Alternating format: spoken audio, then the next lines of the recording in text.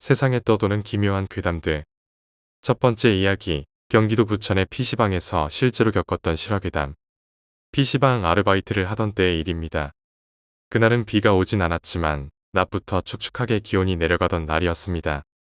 해가 진 뒤에는 유난히 싸늘한 바람이 PC방 유리문을 가볍게 흔들어댔고 건물 3층에 있는 이곳은 늘 그렇듯 조용하게 하루를 마무리하고 있었습니다.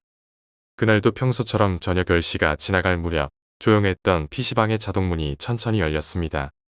들어온 사람은 30대 중후반으로 보이는 아주머니였습니다.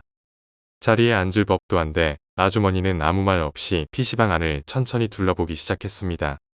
컴퓨터를 이용하던 손님들의 얼굴을 하나하나 풀듯이 바라보던 아주머니는 말없이 계단 쪽으로 향했습니다. 저희 PC방은 3층에 있었기에 그 계단은 곧장 건물 바깥으로 연결되는 길이었습니다. 안녕하세요. 손님. 처음엔 못 들으신 줄 알고 다시 인사를 건넸습니다. 안녕하세요. 하지만 두 번의 인사에도 아주머니는 아무런 대꾸가 없었습니다. 그 모습이 조금 불쾌하게 느껴질 즈음 아주머니는 문을 나서며 그대로 나가버렸습니다. 문도 닫지 않고 말이죠. 문이 열려 있으면 찬 바람이 안으로 들이치기에 저는 재빨리 문 쪽으로 걸어가며 투덜거렸습니다. 하지도 않을 거면서 왜 들어온 거람. 아주머니, 문 닫고 가셔야죠. 그 순간이었습니다. 제가 문을 잡으려는 찰나 등 뒤에서 차가운 목소리가 들려왔습니다. 닫지 마. 목소리는 낮고 음침했고 싸늘한 기운이 등을 타고 올라왔습니다. 순간 놀란 저는 반사적으로 문을 꽝 닫아버리고 말았습니다. 식은땀이 목덜미를 타고 흘렀습니다. 저 아주머니 화통이라도 드셨나? 목소리가 뭐 저렇게 커. 혼잣말로 중얼거리며 자리에 돌아가려는 순간 누군가가 제 이름을 불렀습니다. 알바야 신라면 하나. 대학교 시절 친구가 PC방을 방문했는지 뒤쪽 자리에서 소리쳤습니다. 자식아, 이름 불러. 그리고 지금 이 시간에 뭐하냐? 뭐, 그건 알 필요 없고. 라면이나 빨리 갖다 줘. 말은 그랬지만 평소 친한 친구였기에 웃으며 라면을 끓여 갖다 주었습니다. 친구는 라면을 먹으며 PC방 모니터를 둘러보더니 마침 한가하던 제게 말했습니다. 할 일도 없어 보이는데 뭐 재밌는 일 없냐? 그 말에 저는 방금 전에 있었던 그 이상한 아주머니 이야기를 꺼냈습니다. 진짜 이상한 아줌마 하나 왔었거든. 말도 없고 얼굴만 쓱 보더니 그냥 나가는데. 친구는 라면을 씹으며 고개를 갸웃했습니다. 뭐야, 무섭다. 진짜 그런 사람이 있어? 그렇게 대화를 나누는 중이었는데 자동문이 또 열렸습니다. 손님 오셨나 보다. 저는 카운터로 다가가며 익숙하게 인사를 건넸습니다. 안녕하세요, 손님. 그런데 순간 온몸에 소름이 돋았습니다. 이번에도 그 아주머니였습니다. 아주머니는 다시 PC방을 한 바퀴 돌며 손님들의 얼굴을 하나하나 보는 듯 하더니 말없이 계단 쪽으로 향했습니다. 그리고 또다시 문을 닫으려는 순간 닫지 마. 방금 전보다 훨씬 굵고 낮은 심지어 귀에 울릴 정도로 섬뜩한 목소리가 울렸습니다. 문을 덥석 붙잡았던 손이 덜덜 떨렸습니다. 저는 조심스럽게 몸을 뒤로 물러났습니다. 친구에게 그 아주머니가 다시 왔다고 이야기하자 친구는 얼굴이 굳더니 조용히 말했습니다. 같이 항의하러 가자. 친구가 앞장서고 저는 그의 뒤에 숨어서 계단을 내려갔습니다. 2층과 1층 사이 계단 중간에 아주머니가 서 있었습니다. 등을 돌리고 있던 아주머니는 우리가 계단 아래로 내려오자 천천히 고개를 돌렸습니다. 그리고는 시익 웃으며 말했습니다. 이제 나왔구먼. 문을 닫으면 내가 못 나오잖아. 그 말에 친구도 몸을 굳힌 듯 말이 느려졌습니다. 아줌마, 이러시면 경찰에 신고합니다. 친구가 말을 마친 뒤 우리는 조심스레 아래층으로 발걸음을 옮겼습니다. 하지만 그 순간 등 뒤에서 다시 목소리가 들려왔습니다. 문을 열지 마. 문을 열지 마라고. 열지 마. 그 음성은 날카로우면서도 속삭임 같았고 말 그대로 뼛속까지 소름이 끼쳤습니다. 저와 친구는 계단을 내려가 그대로 건물 밖으로 도망쳤습니다. 한참을 숨을 고른 뒤 저는 PC방 사장님께 전화를 걸었습니다. 사장님, 미친 아줌마가 PC방에 왔어요. 전화를 끊고 몇 분 뒤 사장님이 급히 도착하셨습니다. 어디 있던 사람인데? 2층 계단에 있어요. 저와 친구는 사장님과 함께 다시 계단을 올라갔습니다. 그녀는 여전히 그 자리에 있었습니다. 사장님은 아주머니를 바라보며 조심스레 물었습니다. 저 사람이야?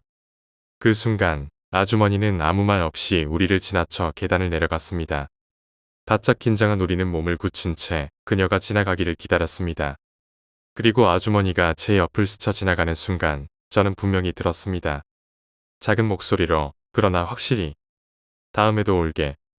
그 말을 끝으로 아주머니는 어둠 속으로 사라졌습니다. 그날 이후 저는 PC방 알바를 그만두었습니다.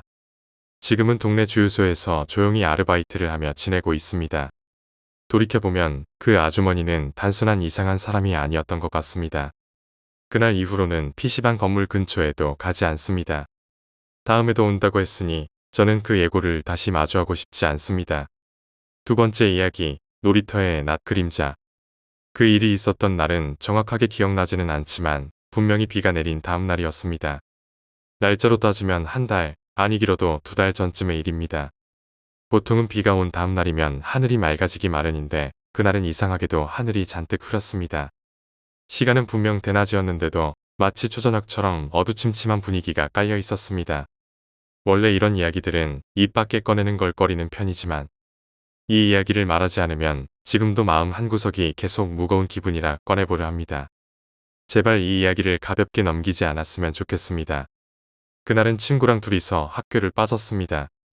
참고로 그때 친구 이름은 현구였고 여기서는 가명으로 부르겠습니다.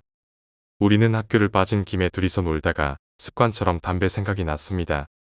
딱히 어디서 구해온 것도 아니고 현구가 집 소화전에 숨겨놨다는 담배를 가지러 가기로 했습니다. 야, 우리 집 소화전에 담배 있어. 가자. 그래, 가자. 빨리 피자. 그렇게 우리는 담배를 가지러 998동 근처 현군의 소화전 앞으로 갔습니다. 아무렇지 않게 뚜껑을 열고 안에 넣어둔 담배를 꺼냈습니다. 현구가 미리 챙겨둔 담배는 총 5개 피웠고 우리는 그걸 사이좋게 나눠 가졌습니다. 그리고 근처에서 담배를 피울 만한 조용한 장소를 찾다가 지하주차장 쪽으로 이동했습니다. 그런데 이동하는 도중 멀리서 믿기 힘든 광경이 눈에 들어왔습니다. 저거 봐. 너 담임 아니냐? 진짜네. 저 새끼 학교와 논다더니. 현구의 담임 선생님이 멀리서 학교 쪽으로 향하고 있었습니다. 현구는 분명히 담임이 아파서 학교에 안 왔다고 했거든요. 우리는 당황해서 서로 말도 제대로 안 하고 각자 다른 방향으로 뛰기 시작했습니다. 그때부터였습니다. 뭔가 이상하게 가슴이 뛰기 시작한 게. 나는 어느 정도 거리를 벌린 뒤 더는 못 뛰겠다는 생각에 숨을 고르며 잠시 멈췄습니다. 그런데 현구는 멀리서도 여전히 미친 듯이 뛰고 있었습니다. 뭐야, 아직도 뛰어? 헛웃음을 지으며 나는 주변을 둘러봤고 마침 그 근처에 있는 놀이터가 눈에 들어왔습니다. 놀이터는 998동 뒤편에 있었고 아이들이 뛰어놀기 좋은 넓은 공간이었습니다.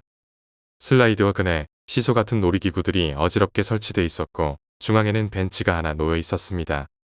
그 벤치는 약간 안쪽에 위치해 있었기에 밖에서는 잘 보이지 않았습니다. 나는 현구에게 전화를 걸어 그 벤치 쪽으로 오라고 했습니다. 야, 놀이터 벤치 쪽으로 와. 거기서 피자. 현구는 근처에 있었는지 바로 나타났습니다. 우리는 같이 놀이터 안으로 들어갔습니다. 그런데 나는 분명히 봤습니다. 벤치에 중년 여성 2분이 앉아 계셨습니다. 그분들은 장을 보고 온 듯 비닐봉지를 벤치 옆에 두고 담소를 나누고 있었고 나는 친구에게 조용히 말했습니다. 야, 아줌마들 있다. 그냥 딴 데 가자. 그 말은 분명히 들었을 겁니다. 그런데도 현구는 마치 못 들은 듯 놀이터 안으로 성큼성큼 걸어 들어가더니 벤치 바로 앞에 앉아 담배를 꺼내 입에 물고 피우기 시작했습니다. 나는 어이가 없어서 욕이 절로 나왔습니다. 야, 너 미쳤냐? 사람 있는데 왜 피우냐고. 그리고 그 말을 내뱉으며 벤치 쪽으로 걸어갔습니다. 정확히 3초, 아주 짧은 시간이었습니다. 하지만 내가 벤치 앞에 도착했을 때 아줌마 2분은 흔적도 없이 사라져 있었습니다. 그 자리에 남아있는 건 아무것도 없었습니다. 비닐봉지도, 장본 물건도, 사람도 전혀 없었습니다. 놀이터 주변은 갑자기 이상하리 많지 조용해졌고 마치 시간이 멈춘 듯한 공기 속에서 나는 아무 말도 못하고 그 자리에 멈춰 섰습니다. 현구는 무심하게 담배를 피우고 있었지만 나는 그 순간 뭔가 설명할 수 없는 낯선 기분에 휩싸였습니다. 분명히 방금 전까지 내 눈앞에 있던 사람들이 단 3초 만에 사라질 수 있을까요? 아니, 그 짧은 시간 안에 두 사람이 장본 물건까지 챙기고 놀이터를 빠져나갈 수 있을까요? 나는 지금도 그때의 기분을 정확하게 설명할 수 없습니다. 그저 이상하게 어두웠던 그날 벤치에 앉아있던 그 아줌마들만 생각하면 지금도 등골이 오싹해질 뿐입니다. 지금 와서 돌이켜보면 그날 본 건 정말 사람이었을까요? 혹시 그날의 그 놀이터 그리고 흐렸던 하늘 아래 그 벤치에서 나는 진짜로 무언가 사라지는 존재를 본 건 아니었을까요? 그날 이후로 나는 다시는 998동 뒤편 놀이터에 가지 않았습니다. 그리고 비온 다음 날에는 웬만하면 외출도 하지 않습니다. 그날 정말 이상한 일이었습니다. 세 번째 이야기, 나와 마주친 꿈속의 나. 이상하게도 그날은 가을답지 않게 유난히도 싸늘한 날씨였습니다. 하늘은 잔뜩 찌푸려 있었고 바람은 스산하게 방 사이를 휘돌며 기분까지 가라앉히고 있었죠. 그날은 주말이었고 저는 평소처럼 학교 근처 원룸에서 자취를 하며 혼자 생활하고 있었습니다. 원래는 친구와 함께 지내고 있었는데 며칠 전 친구는 아버님의 생신을 맞아 고향으로 내려갔습니다. 그래서 그 주말은 오랜만에 저 혼자 보내고 있었던 셈이었죠. 친구가 돌아오는 날이기도 했고 저는 오전에 주말 아르바이트를 마치고 오후 2시쯤 집으로 돌아왔습니다. 밖은 곧 비가 쏟아질 것처럼 하늘에 짙은 먹구름이 가득했고 방 안은 낮은데도 어둡고 눅눅한 기운으로 가득했습니다.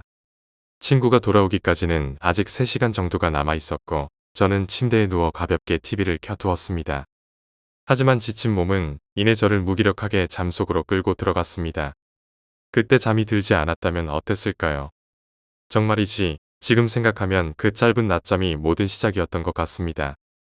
잠결에 갑자기 얼굴에 뭔가가 뚝뚝 떨어지는 감각에 깜짝 놀라 눈을 떴습니다. 희미한 의식 속에서도 저는 창문이 열려 있다는 것을 알 수 있었고 비가 방 안으로 들이치고 있었습니다. 비는 묘하게 무겁고 차가웠고 저는 얼른 창문을 닫기 위해 자리에서 일어났습니다. 창을 닫고 다시 침대로 돌아서려는 순간 믿기 힘든 광경이 눈앞에 펼쳐졌습니다. 제가 누워 있었던 자리에 또 다른 제가 누워 있었던 것입니다. 그건 절대 남이 아니었습니다. 그건 분명히 나 자신이었습니다. 그 순간 저는 몸을 전혀 움직일 수 없다는 것을 깨달았습니다. 가위에 눌렸구나 하는 직감이 들었고 마음은 깨어나야 한다고 절규했지만 몸은 그저 굳은 돌처럼 움직이지 않았습니다. 나는 꼼짝없이 그 자리에 서서 침대 위에 또 다른 나를 바라보고 있었습니다. 그런데 또 이상한 일이 일어났습니다. 방금 닫았던 창문이 다시 열려 있었고 빗줄기는 더욱 세차게 방 안으로 밀려 들어오고 있었습니다. 그걸 바라보고 있는데 침대에 누워있던 내가 눈을 뜨고 짜증난 듯한 표정을 지으며 일어났습니다. 그리고는 어기적 마치 제가 방금 했던 것처럼 창문 쪽으로 다가가는 것입니다. 그는 저를 보지 못했습니다. 제 몸을 통과하듯이 지나쳐 창문 쪽으로 가더니 믿기지 않게도 창밖으로 몸을 던졌습니다. 그 순간 숨이 턱 막히며 온몸이 얼어붙는 느낌이 들었습니다. 그저 꿈이라는 것을 알고 있었음에도 가위에 눌린 상태라는 걸 알고 있었음에도 이 광경은 도저히 믿기지 않았습니다. 저는 정신을 차리고 간신히 몸을 움직여 창문가로 달려갔습니다. 아래를 내려다보자 땅바닥에 피투성이가 된 제 모습이 보였습니다. 창밖을 내려다보는 제 얼굴에서 눈물이 한 방울 뚝 떨어졌습니다. 숨을 고르고 방 안으로 돌아서자 침대 위엔 또 다른 제가 누워 있었습니다. 처음 봤던 그것과는 또 다른 세 번째 저였습니다. 혼란스러움이 극에 달하던 그때 하늘이 뱅글뱅글 돌며 눈앞이 캄캄해졌습니다. 그리고 정신이 번쩍 들었을 때의 시야는 전혀 달랐습니다. 이번엔 아래였습니다. 분명 제 시야는 지상에서 3층 원룸의 창문을 올려다보고 있었습니다. 제 몸은 바닥에 누운 채 창문을 바라보고 있었습니다. 이건 방금 전 창문 밖으로 떨어졌던 두 번째 제 자신이 보고 있던 시점이었습니다. 저는 다시 소리를 지르려 했지만 몸은 다시 움직이지 않았고 그저 나동그라진 자세로 창문을 바라볼 수밖에 없었습니다. 그때 창문가에 또 하나의 얼굴이 나타났습니다. 이번엔 가장 처음에 저였습니다. 그 얼굴은 창백했고 눈에는 깊은 슬픔이 가득 담겨 있었습니다. 슬프게 내려다보던 내 얼굴은 곧 눈물을 흘렸습니다. 그 순간 마치 한 사이클이 끝난 것처럼 머릿속이 찌릿하고 또 다시 모든 것을 떨쳐내려는 듯 몸에 힘이 들어갔습니다. 이제 깨어날 거야. 이건 꿈이야. 반드시 깨어날 거야. 그렇게 마음속으로 되뇌며 온몸에 힘을 주고 있자 누군가가 절 마구 흔드는 감각이 느껴졌습니다. 눈을 뜨니 익숙한 천장이 보였고 침대 곁에는 친구가 서 있었습니다. 고향에서 막 돌아온 친구가 저를 흔들며 깨우고 있었습니다. 저는 숨이 턱 막혀 그대로 일어날 수조차 없었고 친구의 손을 꽉 잡았습니다. 친구는 멀미 때문에 힘들다며 투덜거리며 앉았고 방은 어두웠지만 비는 오지 않고 있었습니다. 그제야 저는 모든 게 꿈이었구나 싶었습니다. 친구는 여전히 버스 기사 욕을 하며 어지럽다고 화장실로 향했습니다. 저는 허탈한 웃음을 지으며 냉장고를 향해 걸어갔습니다. 그리고 그때 현관문이 다시 열렸습니다. 문을 열고 들어온 건 방금까지 화장실에 있다고 생각했던 제 친구였습니다. 이 자식, 나왔어. 보고 싶었지? 저는 주저앉고 말았습니다. 야, 왜 그래? 그렇게 반가워. 친구는 아무렇지 않게 웃으며 말을 걸었지만 제 머리는 멍해졌습니다. 모든 게 뒤섞여 있었습니다. 그리고 저는 믿을 수 없는 마음으로 화장실 문을 확 열었습니다. 화장실 안은 불이 꺼진 채 아무도 없었습니다. 그제서야 저는 깨달았습니다. 대체 어디까지가 꿈이었고 어디서부터가 현실이었을까요? 그날 이후 저는 창문을 쉽게 열지 못합니다. 그리고 꿈속에 나 자신을 아직도 또렷이 기억하고 있습니다. 네 번째 이야기, 산길. 인적이 드문 산길을 따라 차를 몰고 가고 있었습니다. 늦은 오후였지만 산길 특유의 음침한 분위기 때문에 어스름한 저녁처럼 느껴졌습니다. 도로 양옆으로는 울창한 나무들이 빼곡히 들어차 있었고 가로등도 없어 헤드라이트 불빛이 아니었다면 한 치 앞도 보이지 않을 정도였습니다.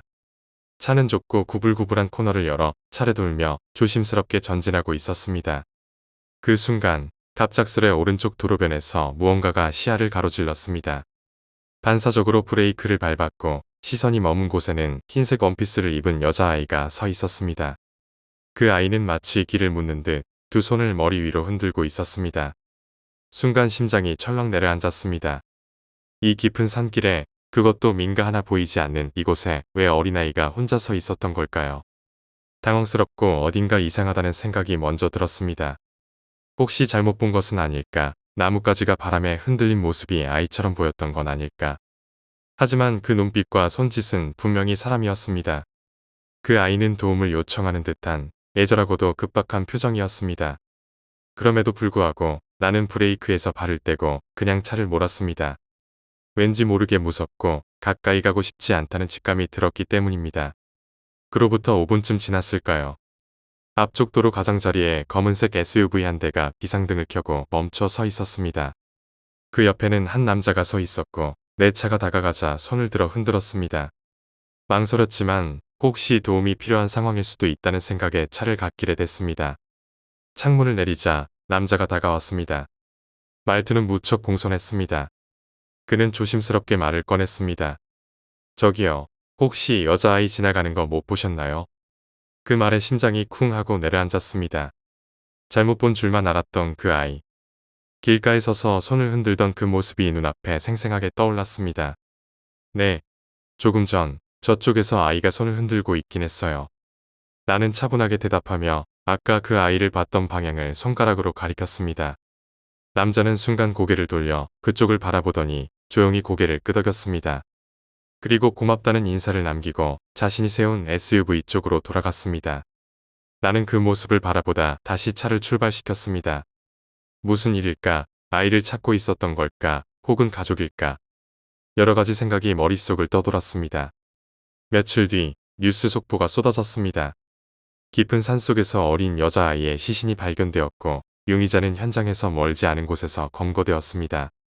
뉴스 화면 속에는 낯익은 얼굴이 떠올랐습니다. 그날 산길에서 내게 다가와 아이를 봤냐고 물었던 바로 그 남자였습니다. 차가 멈춰 있었고 손을 흔들던 그는 도움을 요청한 것이 아니라 자신이 유기한 아이의 흔적을 감추기 위한 연기를 하고 있었던 것이었습니다. 그 아이는 나에게 구조를 요청했던 것일지도 모릅니다. 내가 조금만 용기를 냈더라면, 조금만 더 가까이 다가갔더라면 그 아이는 지금 살아 있었을지도 모릅니다. 그날 이후로 나는 산길을 피하게 되었습니다. 그리고 아직도 밤이면 그 아이의 손짓이 눈앞에 어른거립니다. 다섯 번째 이야기, 그녀의 세 번째 결혼식. 평범한 29의 일상을 살아가던 내게 이런 일이 닥칠 줄은 몰랐습니다. 그날은 단지 오랜만에 여유가 생겨 사랑하는 여동생과 술 한잔을 기울이던 평온한 밤이었습니다. 막 27이 된 내 여동생은 어느새 결혼을 앞두고 있었습니다. 어렸을 적 서로 장난만 치던 시절이 엊그제 같은데 이제는 내 앞에서 인생을 함께할 사람을 소개하겠다는 겁니다. 그날 우리는 마당 구석에 작은 숯불을 피우고 삼겹살을 굽고 있었습니다. 연기가 하늘로 피어오르는 가운데 여동생이 소주잔을 내밀며 말했습니다. 오빠, 나 이제 그 사람하고 결혼할 거야. 축하해 줄 거지? 나는 순간 숟가락을 멈췄습니다. 그녀의 말이 머릿속에서 천천히 되새겨졌습니다. 그 사람이라니, 그 인간. 나는 그를 알고 있었습니다. 그는 한때 강간살인 혐의로 재판까지 받았던 인물이었습니다. 결국 증거 불충분으로 풀려나긴 했지만 그 뒤로도 그의 이름은 좋지 않은 방향으로 들려왔습니다. 첫 번째 결혼은 가정폭력으로 파탄났고 두 번째 결혼 역시 같은 이유로 끝이 났다는 말을 들었습니다. 하지만 여동생은 마치 아무렇지도 않다는 듯 그의 손을 꼭 붙잡고 말했습니다. 이젠 달라졌대. 각서도 썼고 술도 끊었고 오빠 정말 좋은 사람이야. 나는 말을 잇지 못했습니다. 고개를 돌려 타들어가는 고기를 바라보았습니다. 연기 너머로 보이는 여동생의 얼굴은 그저 밝기만 했습니다. 그렇게 우리는 삼겹살을 굽고 술을 마시고 웃으며 하루를 마무리했습니다. 그리고 2달 후 결혼식 날이 다가왔습니다. 결혼식장은 축제 분위기였습니다. 흰 웨딩드레스를 입은 여동생은 세상에서 가장 예뻐 보였습니다. 그녀의 미소가 이렇게 밝았던 적이 있었나 싶을 정도였습니다. 그 뒤를 따라 들어선 신랑. 그 얼굴을 보는 순간 나는 다시금 싸늘한 기운을 느꼈습니다. 그는 조금도 긴장한 기색이 없었습니다. 마치 오늘이 세 번째 결혼이라는 사실에 아무런 감흥도 없는 사람처럼 보였습니다. 주례가 질문했습니다. 그는 대충 고개를 끄덕이며 대답했습니다. 네, 사랑하겠습니다. 그래야죠. 순간 식장 안의 분위기가 살짝 미묘하게 변했습니다. 하지만 여동생은 맑은 목소리로 대답했습니다. 네, 사랑합니다. 평생 함께 할게요. 사람들은 웃으며 박수를 보냈습니다. 나도 형식적인 미소를 지으며 박수를 쳤습니다. 결혼식이 끝난 뒤 그들은 하와이로 신혼여행을 떠났습니다. 스포티지를 끌고 떠나는 모습을 보며 나는 가슴이 시려왔습니다.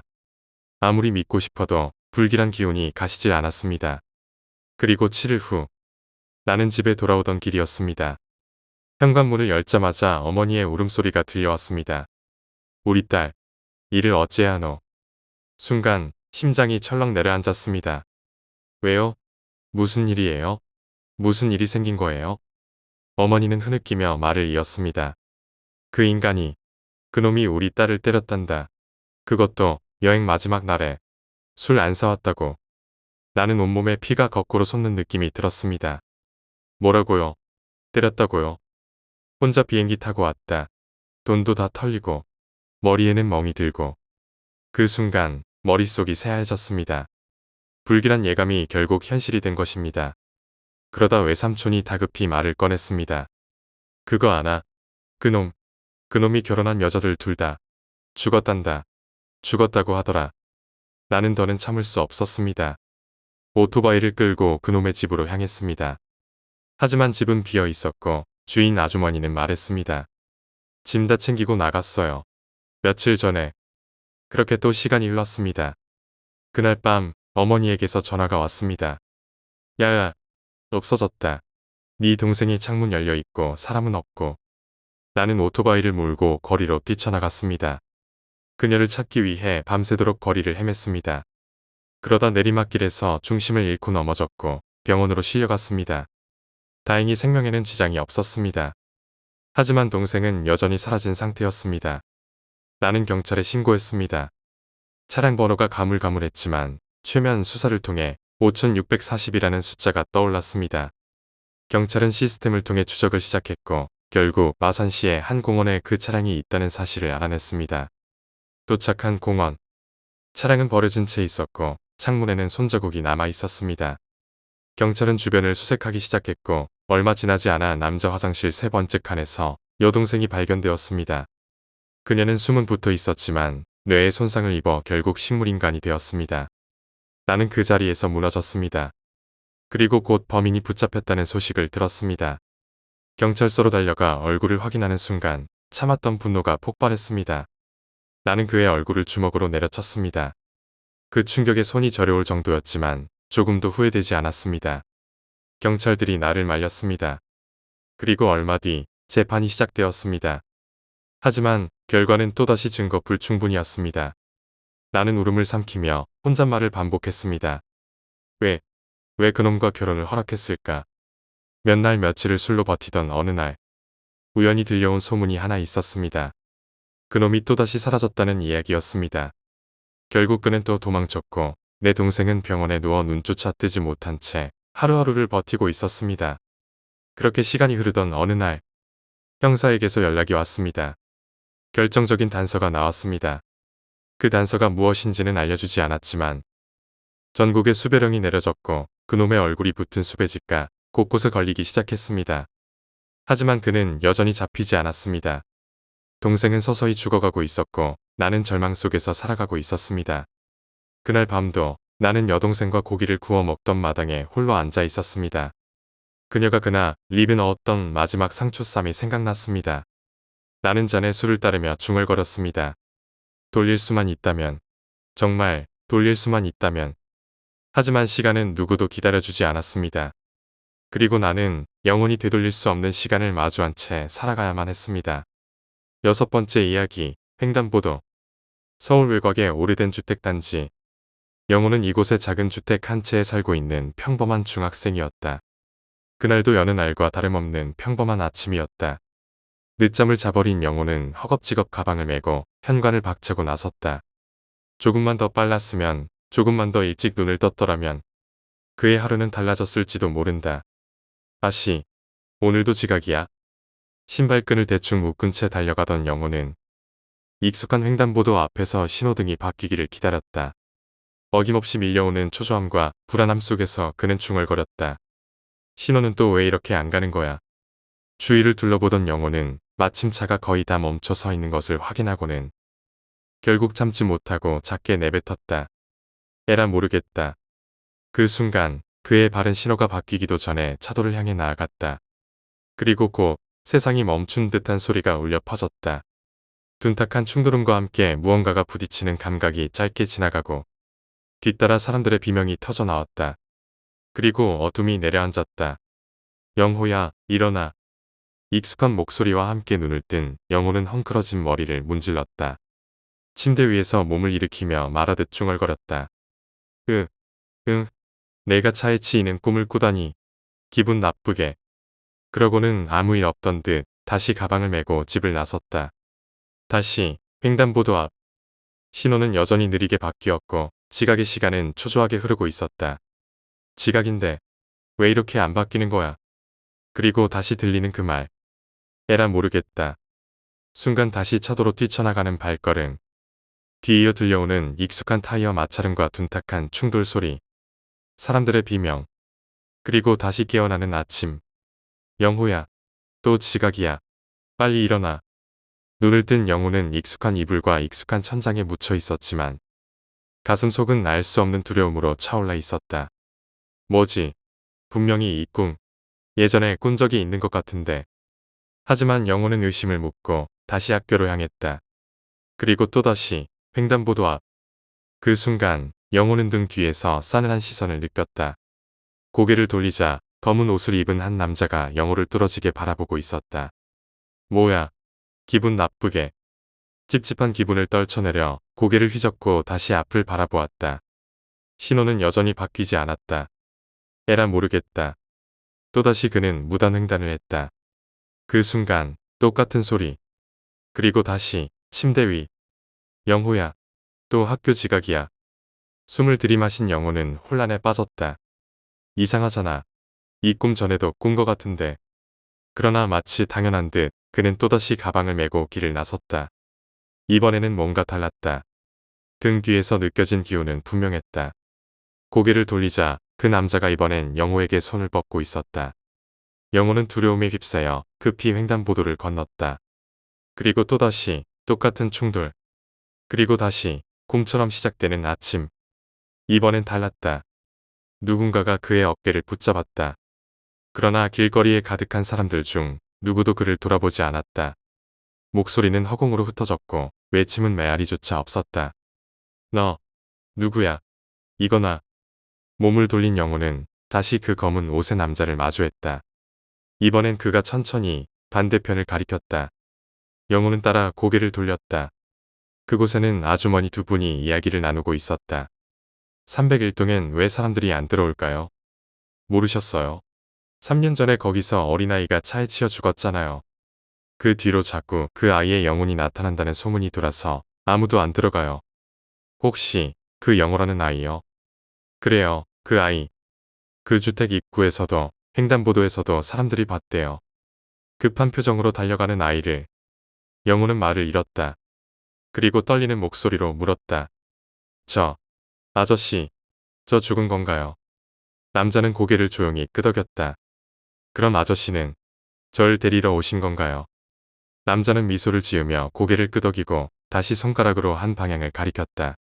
그곳엔 따스한 빛이 흐르고 있었다. 저기가 내가 갈 곳.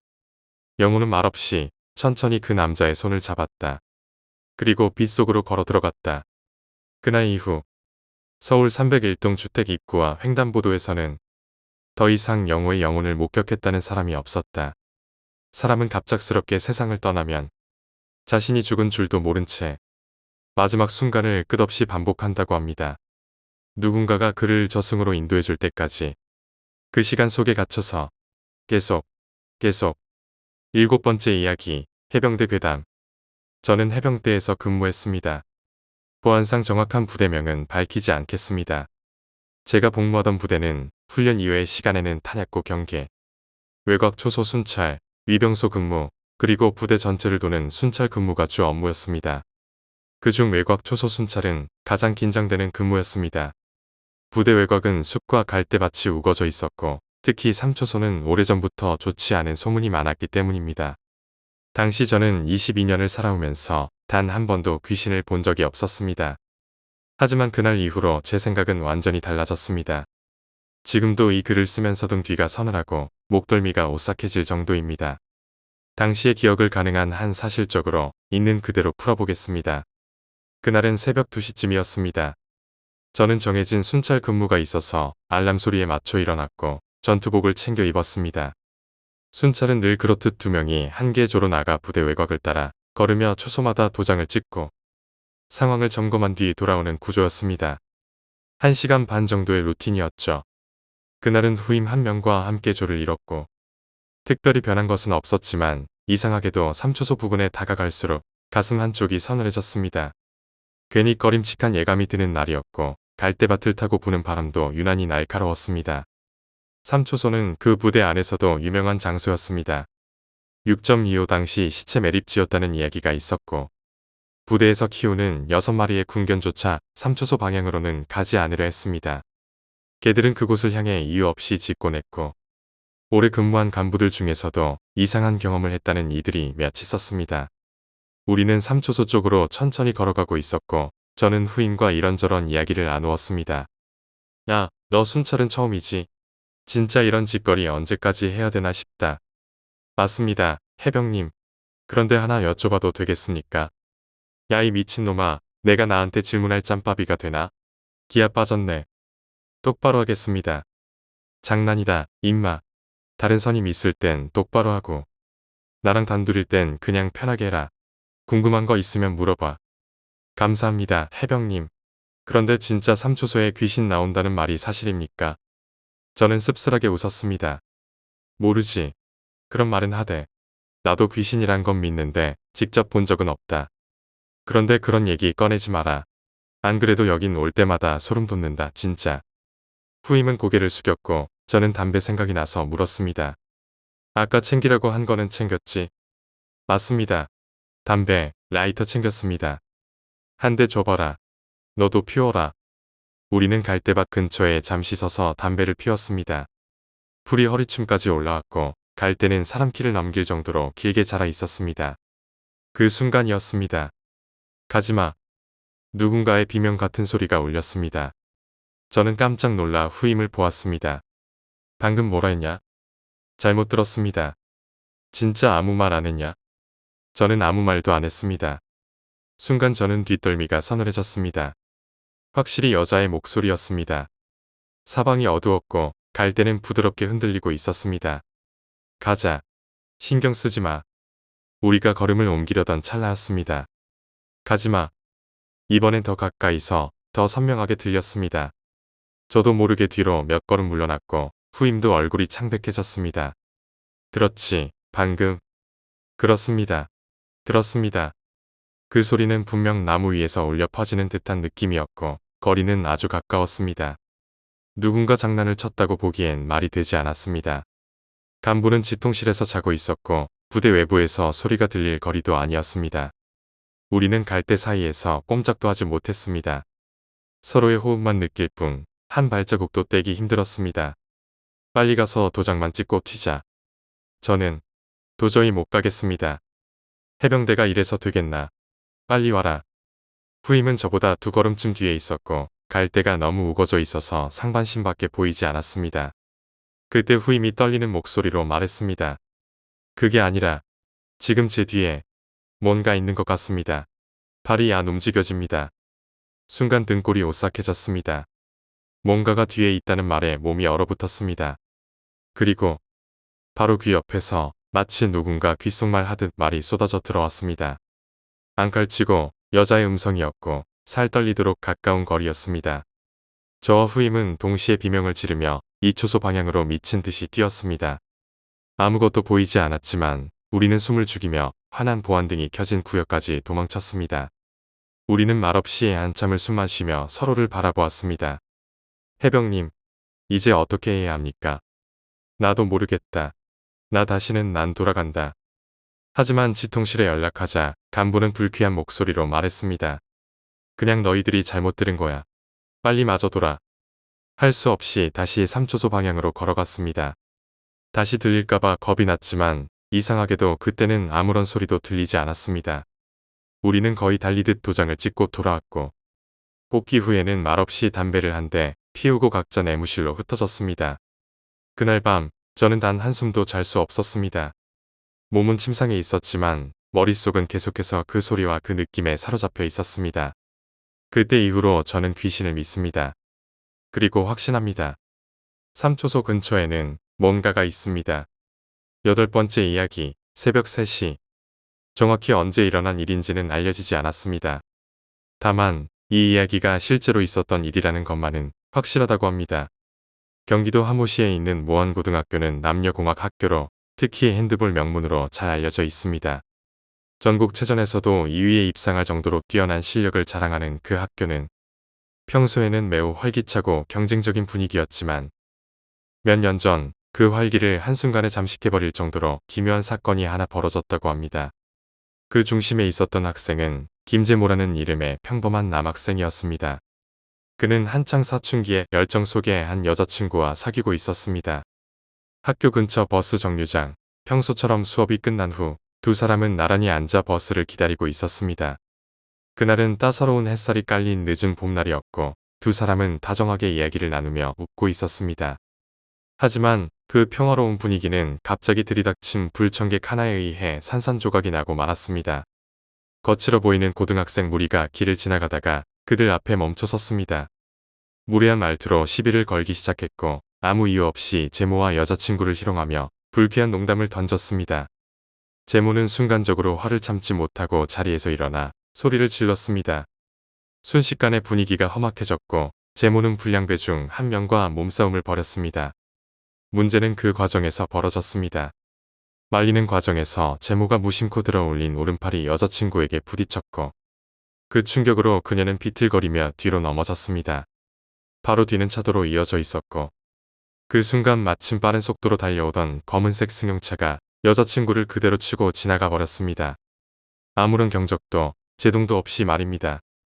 현장에 있던 모든 사람들은 아무 말도 할 수 없었습니다. 여자친구는 그 자리에서 즉사했다고 합니다.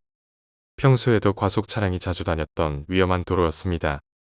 제모는 그날 사랑하던 사람을 눈앞에서 잃었습니다.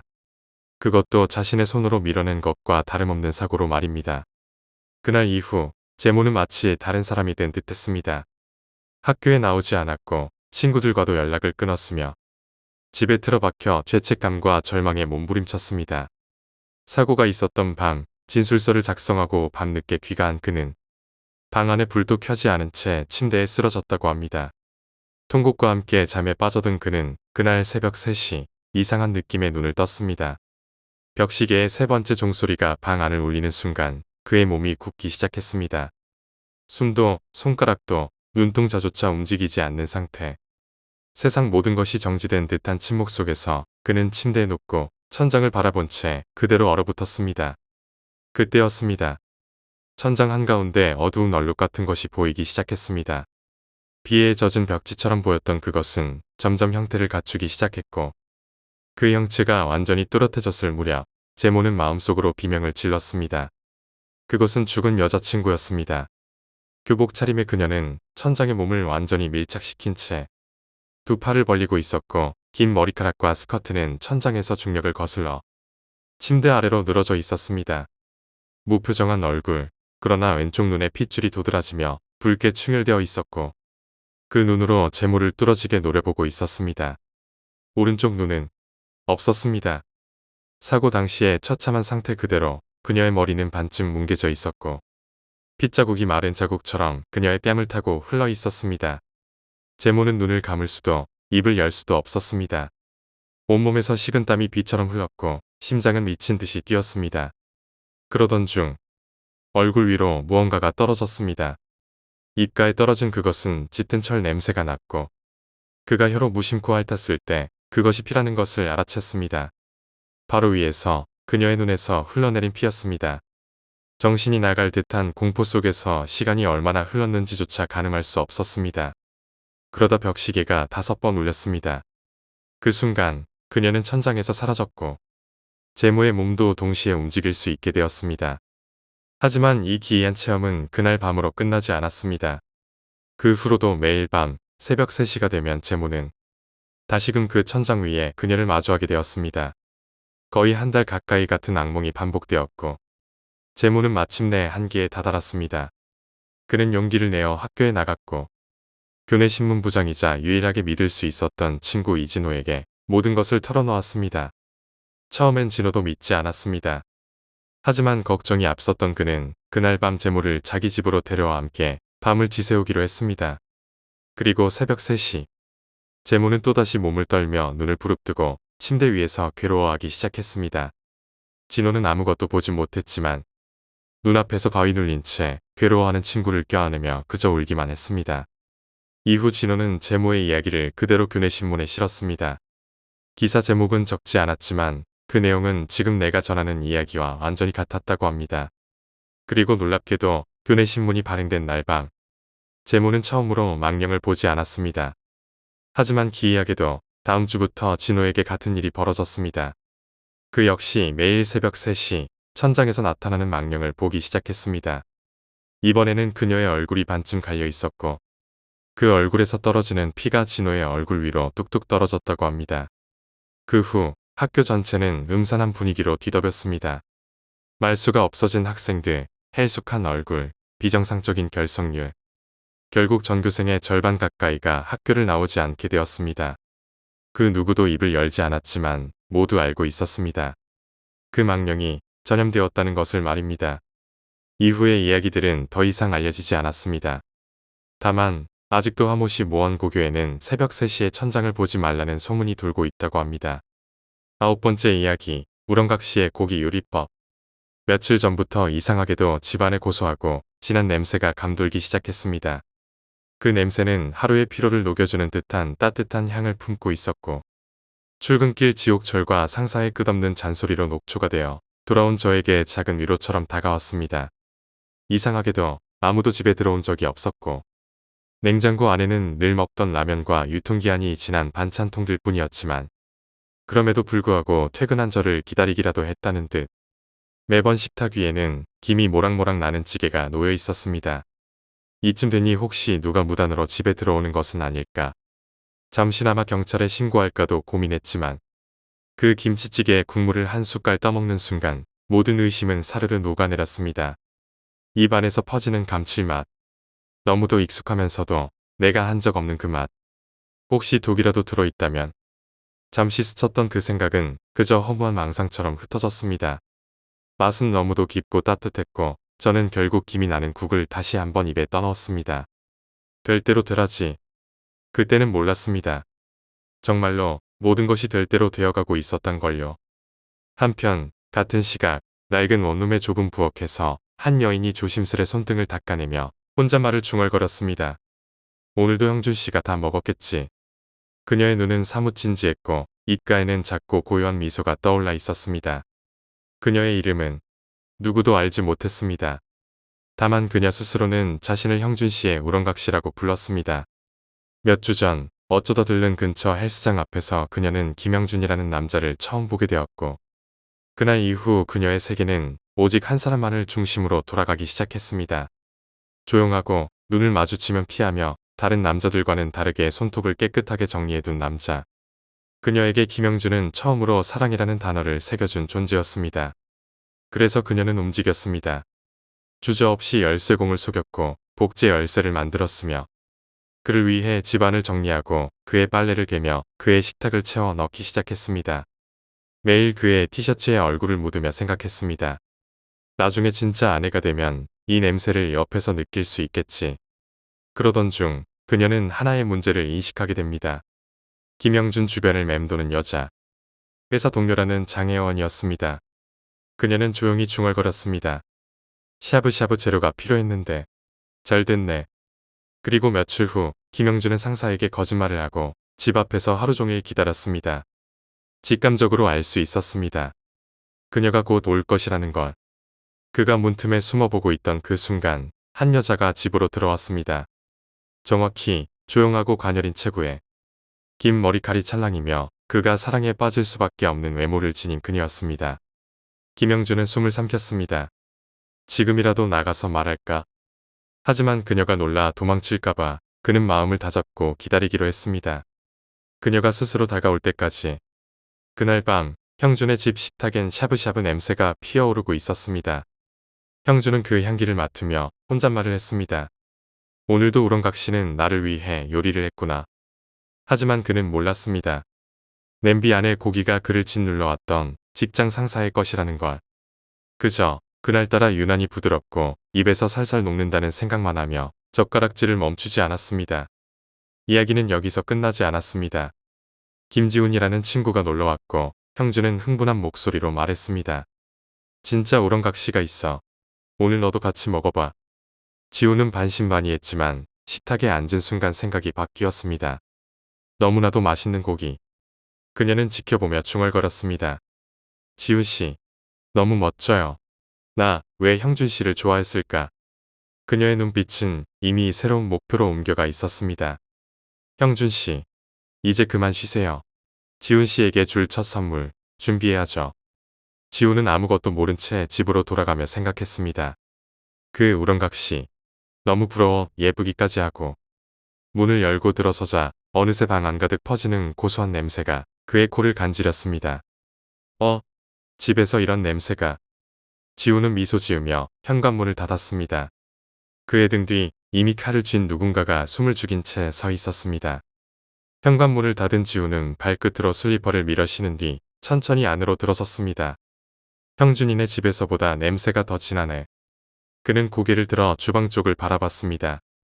창문은 닫혀 있었고 조명이 은은하게 켜져 있었습니다. 그가 마지막으로 집을 나설 때 분명 모든 불을 꺼두고 간 기억이 뚜렷했습니다. 냄새는 참기 어려울 정도로 고소하고 짭짤했고 미묘하게 달콤하기도 했습니다. 식욕을 자극하는 냄새가 아니라 마치 누군가의 채취와 섞인 듯한 묘한 향이었습니다. 기분 나쁜 전율이 등줄기를 훑고 지나갔습니다. 지훈은 무심코 뒷목을 문질렀습니다. 설마 이 집에도 우렁각시가 생긴 건가? 그는 농담처럼 혼잣말을 중얼거리며 거실로 들어섰습니다. 식탁 위엔 예쁜 그릇에 가지런히 담긴 샤브샤브 재료들이 놓여 있었습니다. 칼로 정성껏 점인 얇은 고기, 먹기 좋게 손질된 채소, 조기와 표고, 그리고 가운데엔 연기가 모락모락 나는 육수가 담긴 냄비가 있었습니다. 그가 의아해하며 손을 뻗는 순간 부엌 쪽에서 조용한 발소리가 들려왔습니다. 지훈씨, 드디어 오셨네요. 그녀였습니다. 지훈은 화들짝 놀랐습니다. 자신이 마지막으로 형준의 집에서 본 그 얼굴, 그 머리칼, 그 눈썹, 그 입술. 예쁜 여자였습니다. 너무도 예쁘고 고요하고 그러나 뭔가 설명할 수 없는 비정상적인 느낌이 전해지는 여자. 그녀는 부드러운 미소를 머금은 채 다가왔습니다. 형준 씨는 이제 잠드셨어요. 지훈 씨만 기다리고 있었어요. 지훈은 얼어붙은 채 그녀를 바라보았습니다. 그녀는 당연하다는 듯 상 위의 접시에 고기를 올리고 젓가락을 건넸습니다. 지금 아니면 식어요. 드셔보세요. 정말 부드러워요. 지훈은 이유를 알 수 없는 불안감에 입을 꾹 다문 채 고개를 저었습니다. 괜찮습니다. 그냥 가보는 게. 그녀의 손이 그의 손등 위에 살며시 얹어졌습니다. 작고 차가운 손. 지훈은 심장이 두근거리기 시작했습니다. 하지만 그것은 설렘이 아니라 공포였습니다. 그녀의 손톱에 핏자국이 10개 묻어 있었기 때문입니다. 이거 무슨 고기예요? 지훈의 질문에 그녀는 수줍게 고개를 숙였습니다. 사랑이 담긴 고기예요. 저는 제가 사랑하는 사람에게 가장 좋은 걸 주고 싶어요. 그녀의 눈빛은 미묘하게 흔들리고 있었습니다. 울 것처럼 붉어진 눈동자. 입술은 조용히 떨리고 있었고 그 떨림은 곧 광기와 연결되어 있었습니다. 지훈은 천천히 자리에서 일어났습니다. 죄송한데 제가 깜빡한 약속이 있어서. 그녀는 더 이상 미소 짓지 않았습니다. 그녀의 표정은 서서히 굳어졌고 이내 무표정으로 변했습니다. 그럼 그 고기 그냥 버릴까요? 형준 씨도 잘 드셨는데. 지훈은 순간 숨을 삼켰습니다. 형준이 잘 드셨다고요? 설마 진짜로? 그녀는 고개를 끄덕였습니다. 네. 지훈 씨랑 나누기 전 형준 씨에게 먼저 드렸어요. 전 누구든 사랑한 순서대로 드려요. 지훈은 뒤로 한 걸음 물러섰습니다. 그러자 그녀는 서랍에서 무언가를 꺼냈습니다. 길고 날카로운 조리용 칼이었습니다. 그녀는 마치 나물 다듬듯이 무심하게 손끝으로 칼날을 매만졌습니다. 지훈 씨는 순서를 넘겨도 될 만큼 멋져요. 김형준은 충분히 행복했어요. 내가 그렇게 해줬어요. 지훈은 뛰었습니다. 그녀가 웃는 소리가 등 뒤로 따라붙었습니다. 현관까지 달려가는 동안 그는 온몸에 소름이 돋는 걸 느꼈습니다. 문 손잡이를 돌렸지만 열리지 않았습니다. 그제야 깨달았습니다. 문이 밖에서 잠겨 있었던 것입니다. 돌아보니 그녀가 천천히 걸어오고 있었습니다. 손엔 여전히 칼을 들고 있었습니다. 그 순간 지훈의 뇌리에 한 장면이 스쳤습니다. 형준의 집에서 먹었던 고기, 그 묘하게 부드럽던 질감, 혀끝에 남아있던 살짝 비린 듯한 맛. 그는 숨이 턱 막히며 주저앉았습니다. 그녀는 가까이 다가오며 조용히 무릎을 꿇었습니다. 걱정 마세요. 아프지 않게 해드릴게요. 지훈은 숨을 몰아쉬었습니다. 왜 이런 짓을? 그녀는 살며시 머리를 기울였습니다. 그리고 천천히 차분하게 대답했습니다. 사랑이니까요. 그게 사랑이잖아요. 내가 가진 전부를 다 주는 것. 그녀의 칼끝이 지훈의 뺨을 스쳤습니다. 피가 흐르기 시작했지만 그녀는 다정하게 그를 닦아주었습니다. 괜찮아요. 지금 아픈 건 나중에 줄 행복에 비하면 아무것도 아니에요. 다음 날 아침 그 원룸에선 다시 구수한 냄새가 피어올랐습니다. 지나가던 이웃은 잠시 코를 킁킁거리며 말했다고 합니다. 형준이네는 맨날 뭘 저렇게 맛있게 끓여 먹냐. 하지만 아무도 그 집안에서 고기를 다듬는 여인의 얼굴을 보진 못했습니다. 그녀는 오늘도 부드러운 고깃살을 저미며 혼잣말을 합니다. 다음은 누구일까? 그래도 지훈 씨만큼 멋진 사람은 없겠지. 그리고 조용히 속삭입니다. 사랑해요. 영원히. 제가 지켜드릴게요. 10번째 이야기, 방문자. 이거 몇 년 전 내가 실제로 겪은 일이다. 지금도 그날 밤만 생각하면 등줄기가 서늘해진다. 우리 집은 1층에 위치한 오래된 주택이었다. 건물 외벽과 창문 사이엔 담도 없었고 마당도 따로 없었다. 그 마른 곳, 밖에서 누구든 손만 뻗으면 내 방 창문에 손이 닿는 구조였다는 뜻이다. 이상할 정도로 열려있는 구조.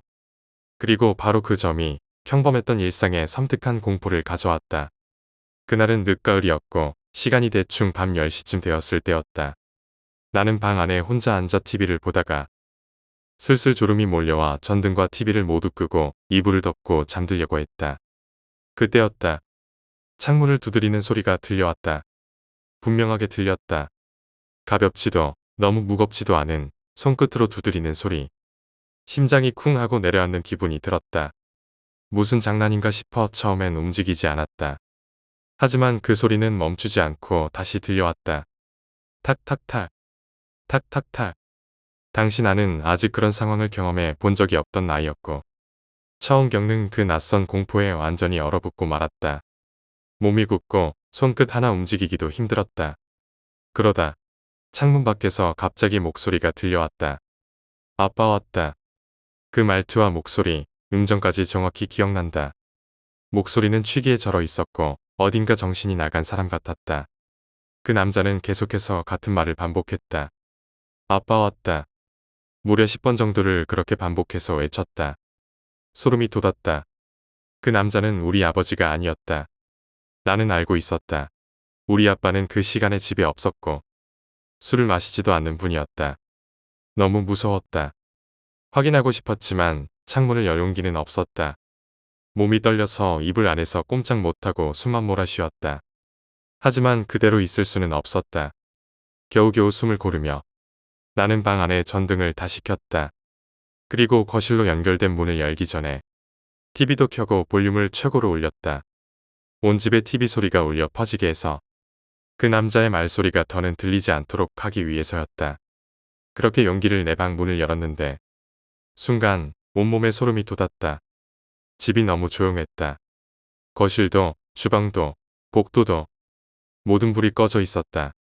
어둠 속에서 내 방만 유일하게 밝게 빛나고 있었고 그 불빛이 문 밖 어둠에 부딪혀 이질적인 공간을 만들어내고 있었다. 그리고 여전히 창문에서는 그 남자가 창을 두드리고 있었다. 소리는 점점 짜증 섞인 듯 변해갔다. 이제는 마치 화가 난 것처럼 세게 치는 소리가 섞이기 시작했다. 그렇게 약 5분 정도를 두드리더니 마지막으로 주먹으로 쿵 하고 한번 창을 치더니 그 남자는 조용히 사라졌다. 나는 한참 동안 꼼짝도 하지 못한 채 거실 바닥에 웅크리고 있었다. 휴대폰을 잡고 경찰에 신고할까 고민도 했지만 그때는 무서움이 이성을 눌렀다. 무언가 조금이라도 더 자극하면 그 남자가 다시 돌아올 것 같았기 때문이다. 시간이 얼마나 흘렀는지도 모른다. 결국 그날은 거실 불과 TV를 모두 켠 채 불도 끄지 못하고 방 한 구석에 웅크린 채 뜬 눈으로 밤을 새웠다. 그 일이 있고 난 후 나는 몇 달 동안 창문 쪽으로는 절대 잠을 자지 않았다. 커튼도 새로 달았고 창문 앞에 가구를 놓아 막아버렸다. 하지만 지금도 누군가 밤에 창문을 두드리는 소리만 들으면 그날 그 남자의 목소리가 귓가를 스치듯 떠오른다. 아빠 왔다. 그 웃음 섞인 듯 울분 어린 듯한 외침은 아직도 내 머릿속에 생생히 남아있다. 그리고 나는 아직도 그 남자가 왜 우리 집 창문을 두드렸는지 모른다. 실수였는지 아니면 정말 우리를 노렸던 건지 지금도 그건 내 인생에서 가장 섬뜩하고 설명되지 않는 밤으로 남아있다. 11번째 이야기, 시계는 거꾸로 흐르지 않는다. 나는 평범한 백수였다. 29, 누구보다도 아무 일도 하지 않는 하루하루를 보내며 살고 있었다. 이력서는 벌써 30통이 넘게 날아갔다. 처음엔 기대도 했다. 면접을 볼 수 있지 않을까, 연락이 오지 않을까 하고 핸드폰을 붙잡고 있던 날들도 있었지만 이제는 그런 감정조차 사라져버렸다. 어차피 이 시대의 취업이란 건 운과 줄, 그리고 출신이 결정짓는 거였다. 나는 그 셋 다 없었다. 그러니 이게 당연했다. 어느 순간부터 일어나자마자 침대에서 핸드폰으로 게임을 켰다. 그게 내 하루의 시작이자 끝이었다. 하루 세끼는커녕 두 끼도 챙기기 귀찮았고 씻는 건 일주일에 한 번이면 충분했다. 어떤 날은 하루 종일 입에 담배만 물고 허연 연기 속에 시간을 말려버렸다. 그렇게 1년 6개월이 흘렀다. 내겐 친구도 없었고 밖에 나가는 일도 드물었다. 누군가 보기엔 폐인이라는 말이 너무도 잘 어울리는 인생이었다. 담배가 다 떨어졌네. 텅 빈 담배갑을 내려다보며 나는 투덜거렸다. 진짜 담배값도 너무 비싸. 차라리 한 갑에 40개 피씩 넣든가. 그럴 거면 세금이나 깎으라고. 작은 불만이 쌓이고 쌓여 결국 욕지거리로 변해버렸다. 나는 대충 모자를 눌러쓰고 집을 나섰다. 머리엔 기름이 껴있었고 트레이닝 바지는 무릎이 다 나와 있었다. 편의점 문을 열자 밝은 조명 아래에 세상이 눈에 따가웠다. 직원이 내 몰골을 보곤 눈살을 찌푸렸다. 나는 익숙한 듯 말했다. 담배 한 갑 줘요. 늘 피우던 걸로요. 직원은 말없이 담배를 건넸고 나는 계산을 마치고 나오며 편의점 앞에 침을 뱉었다. 쥐방울만한 게 야려보고 있네. 퇴. 그렇게 한껏 기분이 나빠진 채 집으로 돌아가던 길이었다. 그때였다. 술에 취한 듯한 노인이 길목을 막고 서 있었다. 옷차림은 허름했고 냄새는 말 그대로 끔찍했다. 그는 내게 비틀거리며 다가오더니 말을 걸었다. 이보게, 난 인생의 실패자라네. 내게 시간을 좀 줄 수 있겠나? 단 5초만이면 돼. 처음엔 웃었다. 진짜로 웃음이 나왔다. 시간을 주라고요. 정신 놓으셨나 봐요, 할아버지. 그런데 그 순간 노인은 흐 웃더니 내게 가방 하나를 던졌다. 꽤 묵직했다. 등산용 가방처럼 생긴 그것을 어깨에 걸쳐보니 무게가 심상치 않았다. 조심스럽게 지퍼를 열었다. 그 안엔 두 눈을 의심할 정도의 돈다발이 가득했다. 몇 초간 나는 가만히 그 돈을 내려다봤다. 이게 꿈인가 싶었다. 딱 5초만 주면 된다네. 노인은 중얼거렸고 나는 아무 생각도 없이 고개를 끄덕였다. 5초 그깟 5초가 무슨 상관이람. 나는 곧장 집으로 돌아왔다. 꿈일까 싶어 한숨을 자고 일어나 보았지만 현실은 그대로였다. 7천만 원이 넘는 돈. 직장인으로 치면 3년 가까이 일해서 벌 수 있는 액수였다.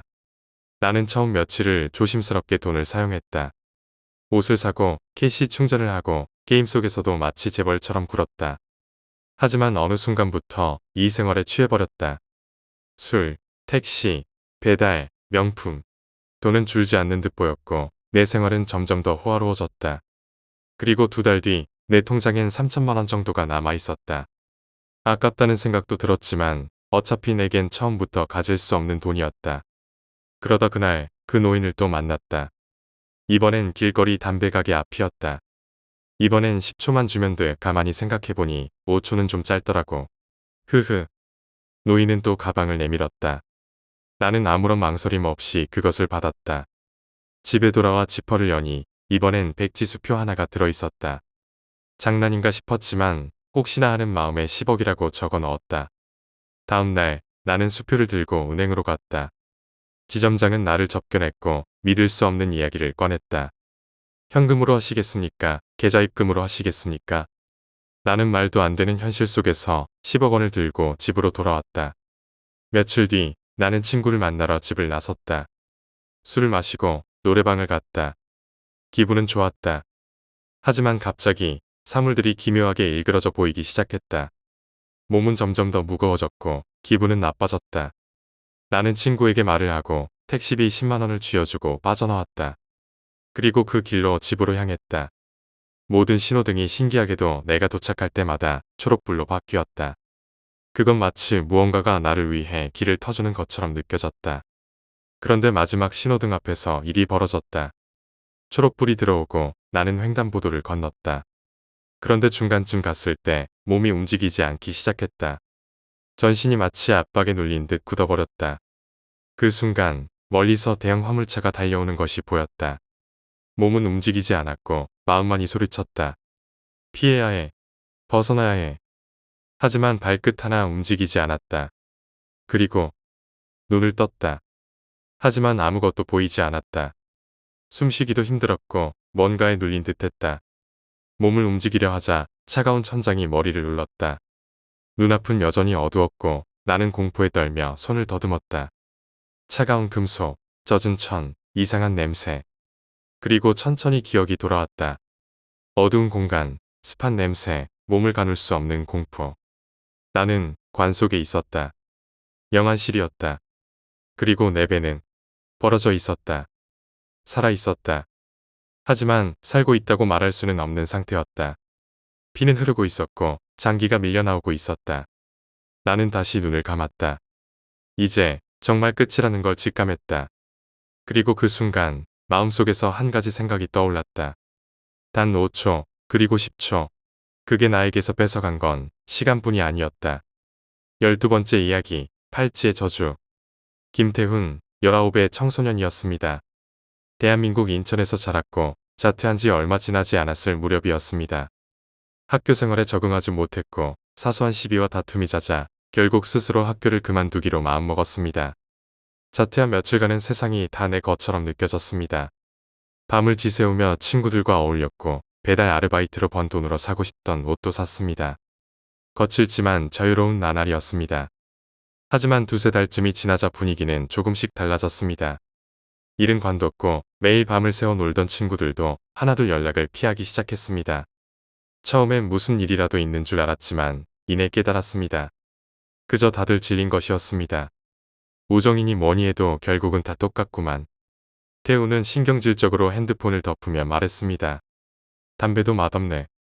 입안에 퍼지는 텁텁한 연기를 뱉으며 그는 월미도 바닷가 벤치에 앉았습니다.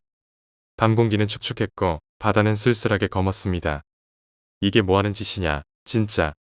혼잣말처럼 중얼인 그는 결국 여관이나 찾아가기로 마음먹었습니다. 주머니를 뒤져보니 지난달 월급 봉투엔 만원짜리 몇 장만이 남아 있었습니다. 그는 궁시렁거리며 오토바이에 시동을 걸었습니다. 마후라 소리는 오늘따라 유독 시끄럽고 귀에 거슬렸습니다. 그래도 달리는 기분만큼은 조금은 나아졌습니다. 이 길은 태훈이 가장 좋아하는 도로였습니다. 차이나타운 앞 큰 길은 새벽만 되면 인적이 드물어 마치 자신의 놀이터처럼 느껴졌습니다. 기분 좀 나아지네. 맞은편에서 다가오던 차량 하나가 갑자기 유턴을 하며 회전을 시도했습니다. 브레이크를 급히 밟은 태우는 중심을 잃고 바닥으로 넘어진 뒤에야 정신을 차릴 수 있었습니다. 오토바이는 그대로 차량의 뒷문을 파고들었고 유리 파편이 사방에 흩어졌습니다. 아, 이거 진짜 큰일인데. 차 문이 열리자 안에서 중년의 남성이 내려왔습니다. 그의 입에서 거친 욕설이 쏟아졌습니다. 순간 판단을 내린 태우는 오토바이가 대포 번호라는 사실을 떠올렸고 그대로 달아나기로 결심했습니다. 그는 밤의 어둠을 뚫고 달렸고 한참을 달리다 멈춰 섰을 땐 이미 숲과 풀밭이 가득한 이름 모를 장소에 도착해 있었습니다. 어디까지 온 거야? 숨을 돌리기 위해 축축한 풀밭 위에 주저앉았고 옷자락은 이슬에 젖어갔지만 신경 쓸 겨를이 없었습니다. 핸드폰을 꺼낸 태우는 친구들에게 연락을 시도했습니다. 창경아, 나 차이나타운 근처인데 좀 데리러 와줄래? 나 자고 있어. 알았어. 이번엔 용식에게 전화했습니다. 용식아, 나 지금 차이나타운 쪽인데 올 수 있어? 지금은 좀 그런데. 왜? 그냥 좀 그래. 작게 창경의 목소리가 들려왔습니다. 야, 태훈이 그놈이지. 그냥 안 된다고 그래. 알았다.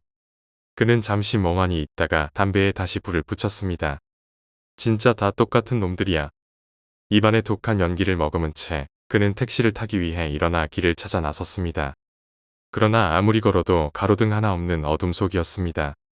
그렇게 20분을 걸었을 무렵 땅에 놓인 이상한 물체가 눈에 들어왔습니다.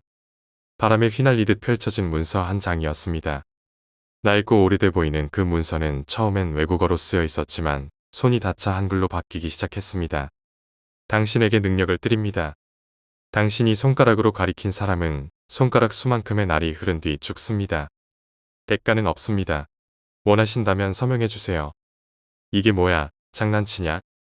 처음엔 우스꽝스럽다고 여겼지만 태우는 늘 미신이나 초자연적인 것에 쉽게 빠져드는 성격이었습니다. 그는 주머니에서 낡은 매직을 꺼내 이름을 휘갈겨 썼습니다. 그러자 문서는 눈부신 빛을 내더니 이내 은색 팔찌로 변해 그의 손목에 감겼습니다. 와, 진짜야? 그는 얼떨떨한 얼굴로 팔찌를 만지작거렸습니다. 재밌겠는걸. 그날 밤 그는 택시를 타고 집으로 돌아갔고 다음 날 아침 자신이 본 것이 꿈이 아니라는 걸 팔찌를 보고 확신하게 되었습니다. 그리고 머릿속에 가장 먼저 떠오른 건 전날 자신을 무시하듯 대했던 친구들이었습니다. 창경이, 용식이, 너희부터 실험이다. 그는 노래방에서 친구들을 만났고 태연하게 웃으며 말했다. 내가 신기한 거 보여줄까? 뭐야, 갑자기. 사람 총알이야. 에이, 웃기긴 노래나 불러. 태우는 속으로 웃었습니다. 이 멍청이들, 내일 죽을지도 모르는데. 그날 밤, 그는 찜질방에 들어가 조용히 잠이 들었습니다. 그리고 다음날 전화로 친구의 죽음을 전해 들었습니다. 창경이랑 용식이 오토바이 사고로 둘 다 세상을 떠났단다. 울먹이는 목소리에 태우는 웃음을 참으며 답했습니다. 정말요? 장례식엔 꼭 가겠습니다. 그는 전화를 끊자마자 미친 듯이 웃었습니다. 진짜였네. 장례식장에 간다는 말은 거짓이었다. 김태우는 조문복 따윈 생각하지도 않았다. 그저 침대에 누운 채 자신의 손목에 채워진 팔찌를 들여다보며 미소 지을 뿐이었다. 이거 하나면 뭐든 다 할 수 있겠는걸. 생명을 빼앗는 대가가 없다는 조건은 그에겐 더없이 달콤한 제안이었다. 무서운 생각들이 스멀스멀 머릿속을 채워갔다. 기억 속에 사라졌던 이들도 하나둘 떠올랐다. 그중 단연 첫 번째로 떠오른 사람은 그를 가차없이 떠났던 여자였다. 그는 당장 핸드폰을 열어 그 여자에게 메시지를 보냈습니다. 내가 예전에 사준 물건들 돌려줄래? 잠시 후 전화벨이 울렸습니다. 여보세요? 왜? 갑자기 왜 연락이야? 그냥 정리하고 싶어서. 물건 다 줄게. 내가 준 것도 다 돌려줘. 치사하게 왜 그러냐? 놀이터로 나와. 우리 집 앞 알지? 그래. 이번만이다. 전화를 끊자마자 태우는 기분 좋게 택시를 잡아 그곳으로 향했습니다. 놀이터 앞에는 그녀가 서 있었습니다. 이거 가져가. 화가 난 얼굴로 물건을 그의 품에 던졌습니다. 태우는 태연하게 웃으며 말했습니다. 고맙다. 너도 양심 없이 굴면 벌 받는 거 알아야지. 정말 끝까지 별로네. 이젠 연락하지 마. 그녀는 돌아섰고 그는 손가락 두 개를 천천히 펼쳤습니다. 빵! 입모양으로 그렇게 외치며 그녀의 뒷모습을 바라보았습니다. 그날 밤 그는 돌아와 갖고 온 물건들을 방 한가득 쏟아놓고 누웠습니다. 아버지와 어머니는 이미 자고 있었지만 곧 문이 벌컥 열리며 아버지의 고함이 시작됐습니다. 김태훈, 너 정말 이따위로 살 거냐? 여관이야, 여긴. 그는 아무 말 없이 잔소리를 듣고 있다가 결국 손찌검까지 이어졌습니다. 따귀 소리가 두 번 울리고 그는 조용히 방 안으로 들어와 문을 닫았습니다. 어두운 방 안, 차가운 정적. 그리고 그가 손가락 두 개를 다시 펼쳐 들었습니다. 그 손끝이 부모를 향해 천천히 움직였습니다. V 모양으로 아주 조심스럽게. 다 죽어버려. 그는 그렇게 중얼이며 쓰러지듯 잠들었습니다. 아침이 밝아왔고 물을 마시기 위해 거실로 나간 그는 이상한 냄새에 코를 찡그렸습니다. 그리고 눈앞에 펼쳐진 광경은 그가 상상했던 것보다 훨씬 더 참혹했습니다. 거실 바닥에는 피가 흐르고 있었고 그 위에는 부모의 시신이 무참히 찢긴 채로 널브러져 있었습니다. 표정은 공포에 물들어 있었고 손에는 뭔가를 붙잡으려다 실패한 흔적들이 남아 있었습니다. 이게 뭐야? 놀랍게도 태우는 슬퍼하지 않았습니다. 그보다 귀찮다는 생각이 먼저 들었습니다. 신고하면 귀찮아지겠지. 그는 물티슈와 락스를 들고 피를 닦기 시작했습니다. 그리고 시신을 여러 조각으로 나눠 부엌 냉장고에 밀어 넣었습니다. 죄송해요. 엄마 아빠 서로 너무 뒤섞여서 누가 누군지 모르겠어요. 그는 씻고 다시 방 안으로 돌아가 한숨을 쉬었습니다. 이후 태우는 핸드폰을 꺼내 또 다른 이름 하나를 떠올렸습니다. 예전에 자신을 모욕한 친구였습니다. 그리고 다시 손가락 하나를 들어 가리켰습니다. 하루면 죽겠지. 그는 그렇게 중얼이고 혼잣말처럼 웃었습니다. 하지만 그날 밤 그의 인생에 새로운 전환점이 다가왔습니다. 그가 잠든 새벽, 집안 어디선가 불이 번지기 시작했습니다. 담배. 꺼지지 않은 담뱃불이 침구에 붙었고 조용히 타오르던 불꽃은 순식간에 집안을 뒤덮었습니다. 뜨거워. 화들짝 깨어난 태우는 발을 헛디뎌 넘어졌고 불길은 이미 그의 방 전체를 삼키고 있었습니다. 베란다로 나가 살려주세요. 라고 소리를 지르며 119에 전화를 걸었지만 그가 신고를 마치기도 전에 거센 연기가 그의 폐를 집어삼켰습니다. 의식은 점점 흐려졌고 마지막으로 보인 것은 불길 속에서 일그러지는 자신의 방이었습니다. 그 후 그는 병원에서 눈을 떴습니다. 희미한 형광등, 바삐 움직이는 간호사들의 그림자. 살았네. 내가 살아있네. 하지만 그 기쁨은 오래가지 않았습니다. 자신의 몸을 본 순간 그는 다시 절망의 밑바닥으로 떨어졌습니다. 살갗은 모두 타들어갔고 손가락은 움직일 수 없었으며 거울 속의 모습은 인간의 형체조차 유지하지 못하고 있었습니다. 끔찍한 고통이 온몸을 찔러댔습니다. 그는 소리쳤습니다. 도와주세요. 나부터 좀 살려달라고요. 하지만 누구도 그의 말에 반응하지 않았습니다. 간호사도 의사도 환자들도 그를 보지 못하는 듯 지나칠 뿐이었습니다. 그때였습니다. 그의 손목 위에서 여전히 은빛을 유지하던 팔찌가 점점 변형되더니 사람의 얼굴 형상을 이루었습니다. 안녕. 그 얼굴은 그에게 익숙한 목소리로 말을 걸었습니다. 뭐야, 너야? 내가 이 능력을 준 거야? 그럴 수도 있지. 뭐, 계약 상대니까. 그럼 날 좀 살려줘. 죽을 것 같아. 태우는 절규하며 외쳤습니다. 그 은빛 얼굴은 비웃듯 웃었습니다. 우린 대등한 계약이었어. 대가는 없었지. 그 대신 선택은 내 몫이었잖아. 무슨 소리야. 팔찌의 얼굴은 마지막 말을 남기고 사라졌습니다. 남을 손가락질할 때 나머지 세 손가락은 누구를 향해 있는지 생각해 본 적 있니? 태우는 침대 위에서 끝내 말을 잇지 못하고 고개를 떨궜습니다. 그리고 온몸을 태운 죄의 대가를 온전히 느끼기 시작했습니다. 팔찌는 사라졌습니다. 그러나 그가 지은 죄는 남았습니다. 인천 남부의 어느 중고 가구 창고. 비가 부슬부슬 내리던 이른 새벽, 쌓여있던 낡은 가구 더미 사이에서 한쪽 팔찌가 굴러 떨어졌습니다. 은빛이었고 오묘한 무늬가 손목을 휘감듯 감겨 있었습니다. 비닐장갑을 낀 채 물건을 정리하던 한 청년이 그것을 주워들었습니다. 이름은 윤지훈. 나이 23. 과거의 가해자였고 현재는 피해자로 살아가는 인물.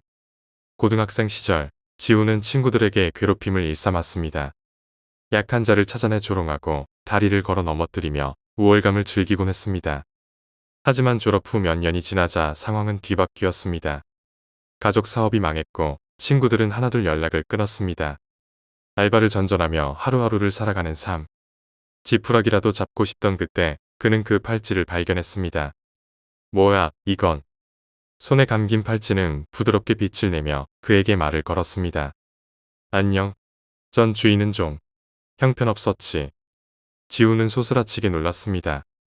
누구야? 장난하지 마. 팔찌는 무심하게 말했습니다. 너도 불만 많아 보이던데. 능력을 줄게. 조건은 없어.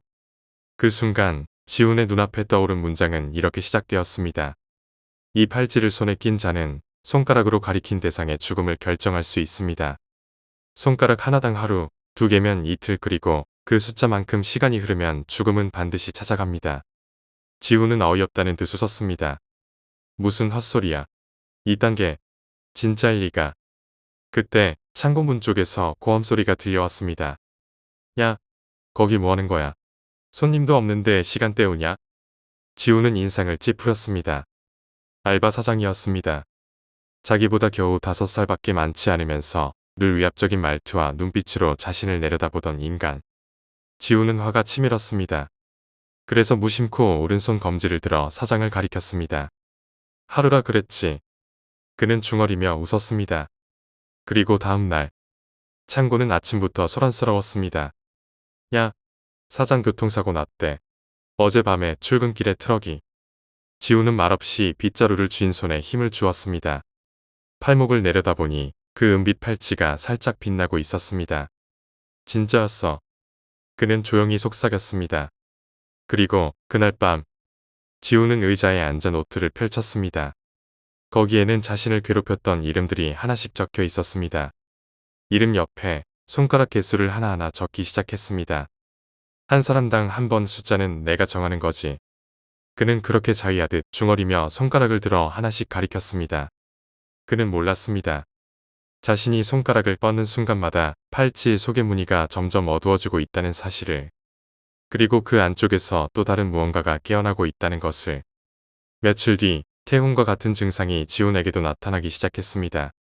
식은땀, 악몽, 환청. 거울 속 자신의 얼굴이 일그러져 보이고 익숙한 목소리가 귀에서 속삭였습니다. 지훈아, 잘했어. 다음은 누굴까? 그는 공포를 느끼며 손목을 잡았습니다. 팔찌는 마치 생명체처럼 그의 피부에 파고들고 있었습니다. 그날 밤 지훈은 꿈을 꾸었습니다.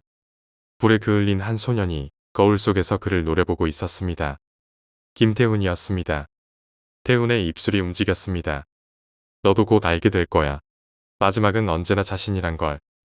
지훈은 잠에서 깨어 소리쳤습니다. 꺼져. 이딴 능력 필요 없어. 제발 돌려줘. 돌려줘. 그러나 팔찌는 그의 손목을 떠나지 않았습니다. 아니, 이제는 그의 일부가 되어 있었습니다. 그 후로도 팔찌는 끊임없이 새로운 이들을 유혹했습니다. 복수심, 증오, 질투. 인간의 어두운 마음은 언제나 그 능력을 원했고 팔찌는 그 틈을 놓치지 않았습니다. 인천, 대전, 부산, 그리고 서울. 팔찌는 이름 없는 이들의 손목을 돌아다니며 점점 더 많은 피를 마셨습니다. 하지만 팔찌는 잊지 않았습니다. 가장 처음 계약한 자, 김태훈의 마지막 말을. 손가락질의 끝은 자신을 향한다. 그리고 어느 날, 어느 어두운 골목길에서 아이가 주운 은빛 팔찌 하나. 그것이 또 다른 이야기의 시작이 될 것입니다.